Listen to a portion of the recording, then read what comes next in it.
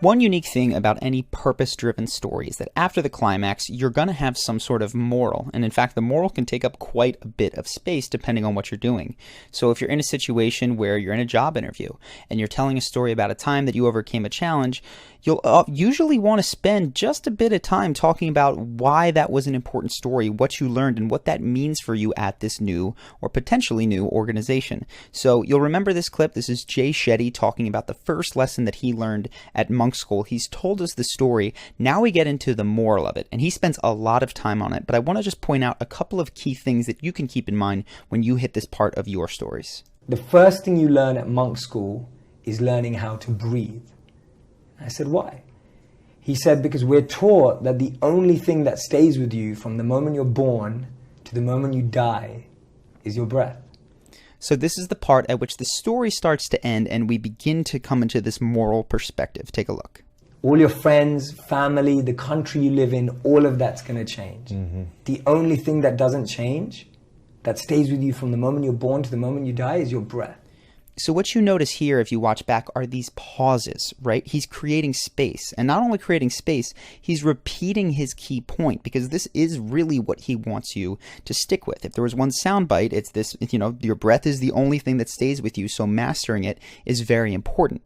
Now, what he's going to do here is illustrate that further by going into specifics. So we started with a specific of this one story. We moved to this general point about breath, but now he's going to break it down and not just talk about his experience, which was that story, but how it applies to you. This is incredible tool for teaching via story. So start to watch.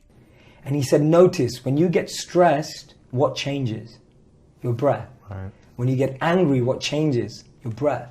When you're sad, what changes? Your breath. When you're happy, what changes? Your breath. Every emotion is experienced with the change of the breath. And this is a very subtle but very powerful tool. He is couching this in the term of dialogue in the story. He said, but he's speaking in the second person. So while we still think we're kind of in the story, which does put people into a trance-like state, we're getting direct messages about what is staying in your life, in your thing, in your that. And this is also very important. When you get to the moral part of a story, going to second person, especially if there's some sort of call to action, is very important. You want to use the word you or you guys. So let's continue.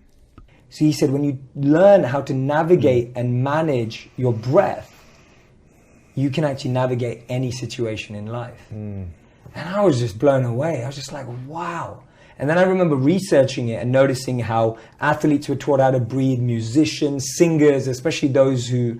So we're getting multiple examples here, but also these are appeals to authority, right? If athletes do this, if famous singers do this, if musicians can do this, this is important for me. So we've got these multiple things, which you'll see he always comes back to multiple examples of how you can use this, as well as now we're adding authority into this moral. Again, very powerful. Anytime you see someone quote Albert Einstein, that's another good sign that they're touching on authority, which makes them even more persuasive when they get to the moral. Play wind instruments who have to reach really high notes.